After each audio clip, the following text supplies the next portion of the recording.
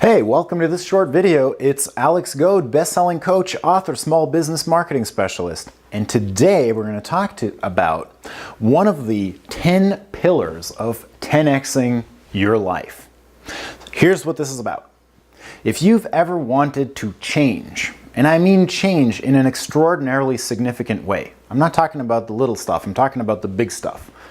Change in the way that, kind of like I changed. You know what? That's the reason why I'm doing this whole project in the first place, is because I was a person that I believed I had a lot of potential. I thought I was smart. I thought I had good ideas. I thought that I would like to be in a leadership position and share with the world stuff that I valued. I wanted to be a creator. I wanted to be the kind of person that influenced my surroundings, the kind of person that was a force for good. But it turns out that I was none of those things. I was on the verge of turning 25 years old, and I was in loads of debt. I had no diploma, no skills, and pretty much my life was going nowhere. And what I realized was that I was actually extraordinarily stagnant. It's like I was stuck, and no matter what I thought, no matter what I tried to learn, no matter what I tried to do, I would always default back to my old self. So I found it incredibly difficult to change. Well, it turns out that I was going about the idea of change in the wrong way, because the way that 95% of us think about what we need to do in order to change, we've got it all wrong. We overly depend on willpower, discipline, and all of these factors that we're supposed to constantly generate from the inside of ourselves and use superhuman strength to overcome the obstacles that exist in the environment. But it's actually the opposite. We need to shift the environment so that the environment provides incentives for us to act in a different way than the one that we've been acting, and in congruence with the way that we do want to be acting. So here's how we do this. Let me start with a little anecdote. So a really smart guy once taught this in a really expensive mastermind group. And he said that there are three letters, each of them stands for a word that predicts human behavior. 70% of human behavior is predicted by this. If you set up objectives correctly according to this formula, then it's likely that you'll do it. And if you set it up incorrectly, it's likely that you won't do it. And the same thing is true of people in the other environment that you might be managing, that you might be responsible for. They might be your kids, they might be your colleagues, they might be your employees. And you'll see that if you use these three factors to your advantage, then most of the time you can predict that the actions that you want will get done, and vice versa. Okay, so here's what they are. So the first letter in each one of these is a P or an N. So that stands for positive or negative.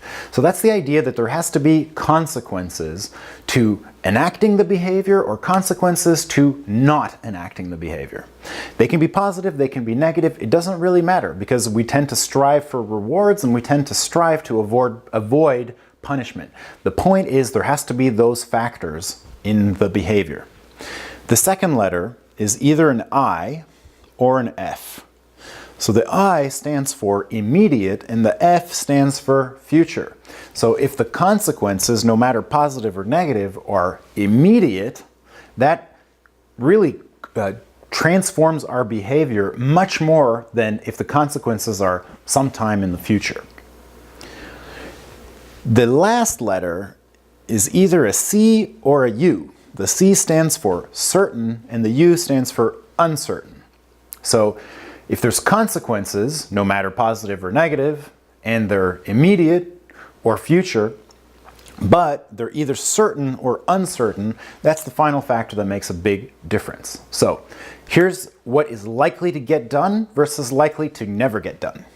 Here things are likely to get done, and here they are unlikely to get done, because here you have a consequence that is immediate and certain. For example, if you jump off a balcony, then you're going to hit the ground. That's certain, and it's going to happen very quickly, and it's going to be painful, if not disastrous. So you're not going to do it. However, something like this over here, let's say something that 65% of people in America are doing right now, which is making themselves sick with their eating habits. Well, the consequences of doing that are in the future, and they're uncertain. Because you know what? Some people get away with it. So that's why literally you can have so many people enacting a behavior that they don't want to be enacting and that they know is wrong, but the incentives are built into the environment so that if you want to have that burger, well, that's a pick, right? Versus avoiding it falls into this category. So the incentives that are built into the environment drive our behavior far more than willpower. You can predict what you will or won't do based on the fact that there will be consequences, that the consequences will come immediately, and that they will be certain. And the same thing is true of predicting the behavior of others. So if you're responsible for other people, kids, employees, people in an organization, create objectives and plans in a clear manner, make them there be consequences, and make sure that you state what those consequences are, and make sure that you state that you're going to check, because accountability is basically the whole thing that makes this work. No accountability, nothing gets done. All right, so there's another 4 factors that disproportionately drive our behavior. I want you to imagine things in the following way. I want you to imagine that you're kind of the center of the universe, and around you there's these stars and planets gravitating. And each of them are gigantic, and they pull on you in a different way depending on how close or how far they are. Okay, so it's really kind of like a solar system, and we've got these forces of gravity that are being exerted on us constantly, and that gravity determines our behavior far more than we like to think that it does. Now, this is good news and bad news. It's bad news because it means that you can't, for the most part, go against a very unfavorable environment and get a favorable result.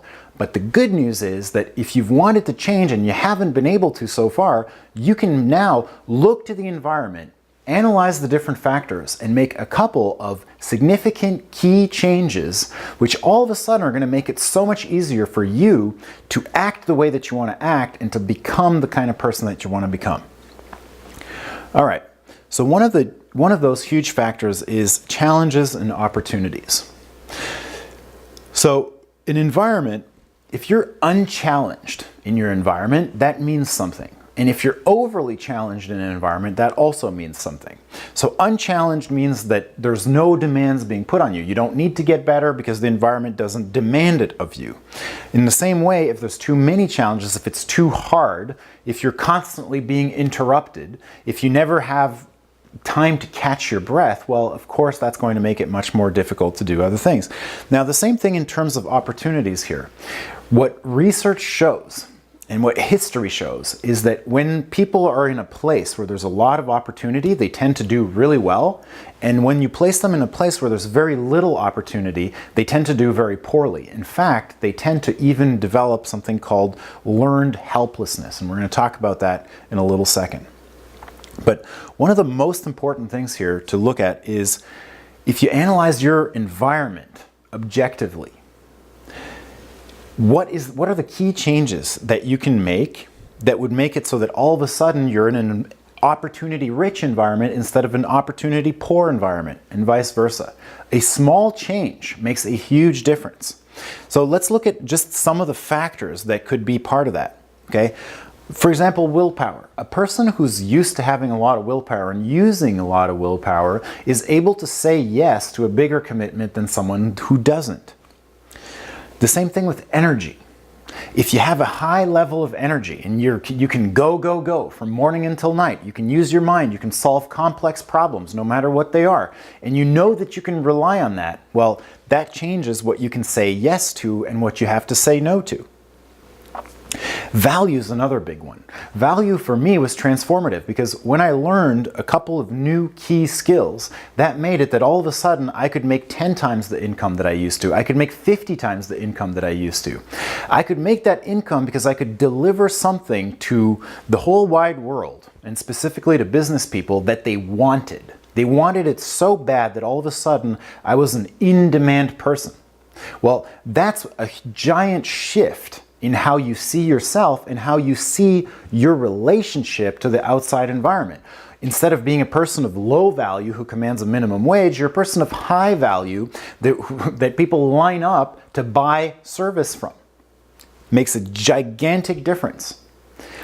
So increasing your value through increasing a couple of key skills is one of the things that can influence the way that you behave in general and what you believe about yourself, the way that other people perceive you, and it just changes everything. Okay, continuing on. The next factor is, I'm going to call this simple internal and exterior environmental factors. Okay, so we talked about helplessness just a second ago, but this is really something that's happening tremendously in our society right now. A huge number of people are developing what's called learned helplessness. So learned helplessness is this impression that people have that no matter what they do, they're not able to get ahead. They're not able to alter their circumstances. So you're going to see, if you watch this video and the next video until the end, that one of the most important factors of change, well, two of them are hope and belief. And so when a person develops learned helplessness because they've been beat up, because they've been unsuccessful, because nobody believes in them, because they're in an environment, for example, with a lot of challenges and very few opportunities, that can really lead a person to conclude that whatever they're experiencing right now, that's all there is to it. They can't do any better. Things will never improve. Well, that's why it's so crucial to become aware of something like this, because a person who is in a state of learned helplessness, if they encounter the right person that just takes them under their wing and makes them see something else, makes them shift their perspective about themselves, about their opportunities, then all of a sudden that person can go from feeling helpless to feeling like they have at least some control over what they're doing. And that's one of the key factors right there. Another key factor is the sensory environment. Okay, so there's a really interesting study that was done that showed that when a classroom was close to the train tracks and there was trains passing there all day, the noise and disruption from the train passing next to the classroom caused the people close to the windows to get poorer grades than the people away from the windows that were not being disturbed by the train. The same thing, for example, in another study, a very dirty and poorly lit hospital was tested against a well-lit environment with a nice hospital. And the actual level of care was exactly the same in the study. So the same medicine, the same quality of doctors and staff, the only difference was the environment. Well, it turned out that a well-lit, inviting environment created people who healed much better and much faster than a poor environment. Another one. Belief in identity. So this is something that's constantly changing within us, but when we have a high level, for example, of self-confidence, when we believe that we can do something, then we're much more likely to act towards that than when we believe that we can't do it. In the same way, eventually we develop an identity that kind of serves as a filter for what we can do and what we cannot do. But if we switch that identity, and I'm going to show you how in the next video, then that point of reference, that who we believe ourselves to be, very, very strong factor, by the way. Who we believe ourselves to be, we make small changes to that, and all of a sudden, we become the kind of person that can do X, Y, Z that we've been dreaming of. And then finally, and you'll notice there's only 4 factors on this board because I'm saving the best for last in the next video. So the last factor that we're going to talk about today is gravity. So I'm literally talking here about, in your current environment, what makes it, whatever is easier will get done more than whatever is harder. So this is some silly stuff, but listen, we're silly creatures as human beings, and this is how we function. So we got to use the operation manual in our favor instead of trying to go against it. So another interesting study showed that the closer the gym is to your house or to your place of work, and the more on the way it is to either on the way to work or on the way back home from work, that's the #1 factor that determines whether people are going to show up at the gym or not. So it's not their level of motivation. See, that's the number one default that we'd all think about. We think about people go to the gym because they're motivated or they're not motivated. Well, it turns out that people go to the gym because it's on the way and it's easy, or they don't go because it's not on the way and it's hard. And the same thing is true. You can curate your environment to make it harder to do the things that you don't want to do and make it easier to do the things that you do want to do. And they look like silly little shifts, but they actually make all the difference in the world. So another classic example of this is if you want to play the guitar rather than watch TV when you get home from work, then hide the remote and put the guitar on the couch. And just that tiny little environmental tweak makes it harder to plop down and watch TV and easier to pick up the guitar and strum a couple of chords. And so the environment determines our behavior in a disproportionate manner. What I want to talk about in the next video is how you can observe these different factors in your environment and what the number one most important factor that triggers behavior and that controls behavior. How you can hack into that by selecting enriched environments and rejecting impoverished environments, and how doing those two things can really draw you very easily towards being the kind of person that you want to be, can draw you towards having a higher income, can draw you to higher creativity, can make you more courageous, and can just essentially guide you on your path to becoming exactly the person that you want to be. So listen, thanks for listening to this short video. I invite you to sign up below if you want to see the next one. And remember, today counts, so behave yourself accordingly. Thanks for watching.